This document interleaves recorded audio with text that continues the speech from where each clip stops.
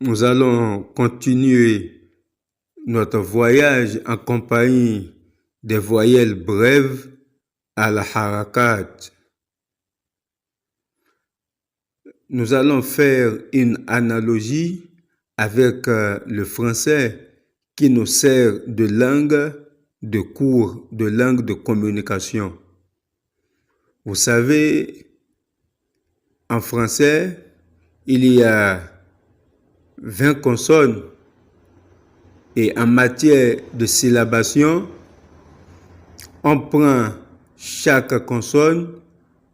Lorsque je prends chaque consonne, elle a un son qui lui est associé.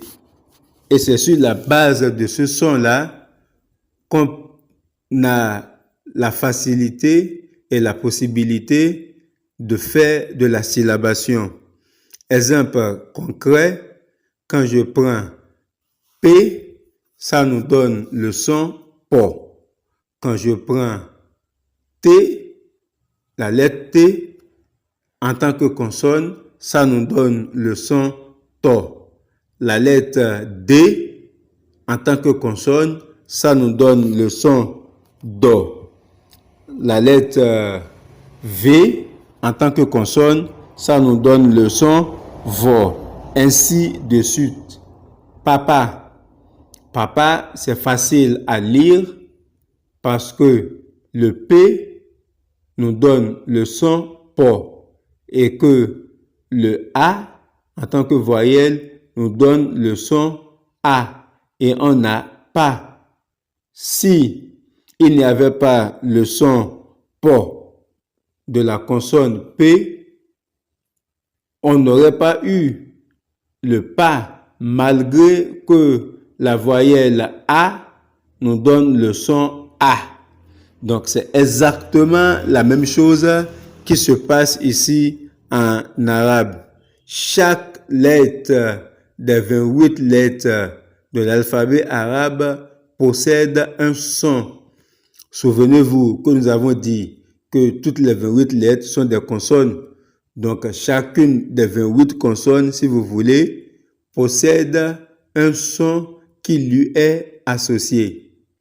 Et pour avoir la règle générale, pour avoir le son qui est associé à chaque consonne, d'accord, à chaque lettre, il suffit de voir la consonne, la première consonne qu'on a au début de la prononciation du nom de la lettre. Quand je prends une lettre au hasard, par exemple, la lettre Dal, d'accord? Dal, la consonne qu'on a au début, c'est Do. Dal, Do. Quand je prends Shin, la consonne, c'est Sho. Shin, Sho. Donc, en voulant prononcer Shin, la consonne qui vient d'abord, c'est Shin, Sho. Ainsi de suite pour les autres lettres également. Hein. Sin, Sin, c'est So. Ainsi de suite. Donc, c'est ça.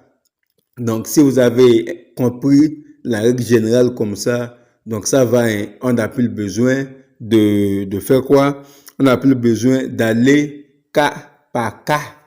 D'accord? Mais, pour l'intérêt, d'accord, de ceux qui souhaiteraient qu'on aille cas par cas, nous allons y aller, Inch'Allah. Donc, nous partons de Alif. Vous allez constater, au niveau de Alif, nous avons mis plutôt un petit trait ici pour indiquer le son que donne Alif. Parce que pour le cas de Alif, lorsque je dis Alif, on n'a pas à proprement dit une consonne qui commence. C'est plutôt une voyelle, c'est A. Alif. Donc c'est A. Une voyelle qui commence. Mais si on doit pousser la curiosité plus loin, on verra que c'est également une consonne qui commence par ce pour dire alif. Donc, on ouvre d'abord la bouche. Quand j'ouvre la bouche, il y a de l'air qui sort. Donc, cet air-là est assimilé à la consonne. Donc, comment la représenter, cet air? C'est pourquoi on choisit ce petit trait-là pour le représenter parce que c'est subtil. D'accord? Donc, c'est ça. Ba, ça nous donne bo. Ta, to. Fa, fo. Jim, jo. Ha. Avec ha, vous allez aussi remarquer qu'il s'agit là également d'une voyelle qui sort en premier, mais en réalité, ce n'est pas une voyelle. Lorsqu'on sait bien prononcer la lettre, d'accord? Lorsqu'on sait bien prononcer la lettre, on dit ha, ha. Donc, il y a une sorte d'air également qui sort, mais cet air-là, c'est encore plus différent et plus nuancé que celui de alif. Et c'est représenté par la lettre H.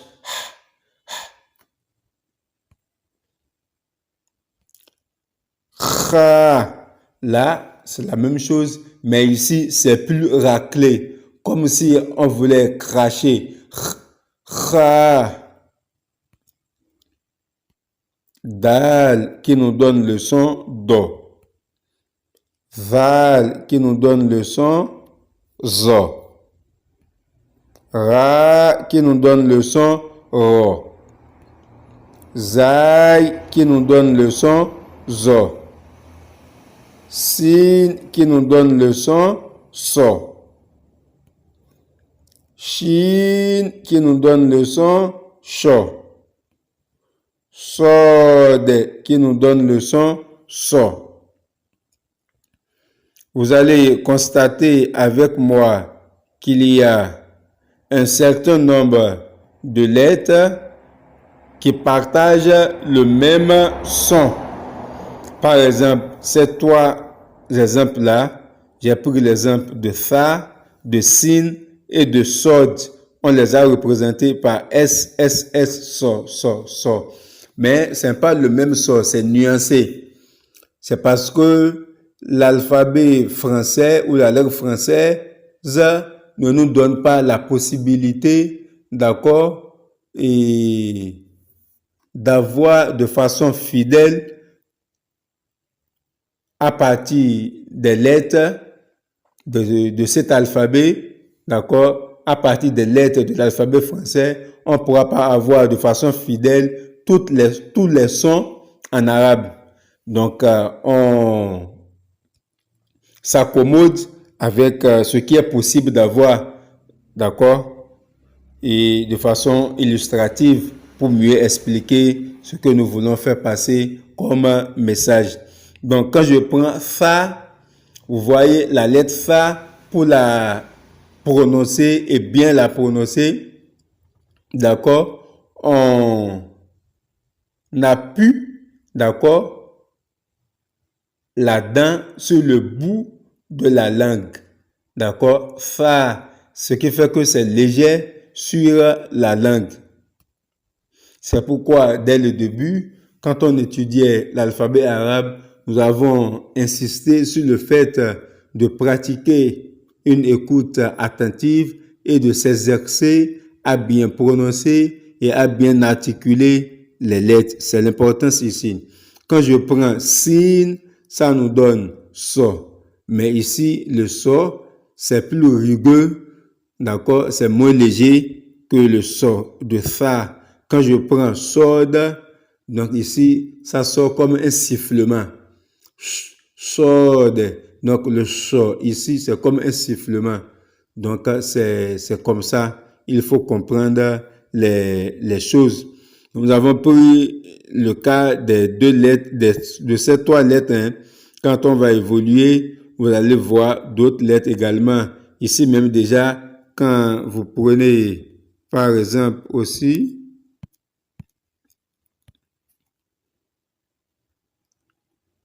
Ici, quand vous prenez Zal, d'accord, et également Zai, on les a représentés les deux avec Z, Zo, Zo. Mais le Zo de Zal est plus léger que celui de Zai. D'accord? Dode, ça nous donne le son Do. To, ça nous donne le son To. Zo, ça nous donne le son Zo. Ain, ça nous donne le son A. Là également, c'est un peu subtil. C'est pourquoi nous l'avons représenté aussi par ce trait-là. D'accord? Donc, puisque Ain, c'est aussi une sorte de syllabe A. D'accord? Donc, après, nous avons Ain qui nous donne le son Ain. Nous avons Fa qui nous donne le son Fo. Nous avons Kof qui nous donne Ko. Kaf qui nous donne Ka. D'accord? Lam qui nous donne Lo. Mim qui nous donne Mo. Noun qui nous donne No. Waw qui nous donne Wo. Ha, d'accord, qui nous donne ha. Et enfin, Ya qui nous donne Yo. Il faut dire que nous ne tenons pas rigueur, nous avons intentionnellement laissé certains détails parce qu'on pourrait aller de façon spécifique et prendre chaque lettre, l'expliquer, les particularités pour avoir la bonne prononciation. Mais ça serait non seulement fastidieux, mais également ennuyant pour le débutant que vous êtes. C'est très important ce que je dis là. Et il faut dire que on dit l'appétit vient en mangeant. Avec le temps, d'accord, vous allez acquérir intuitivement aussi et la prononciation et qu'il faut.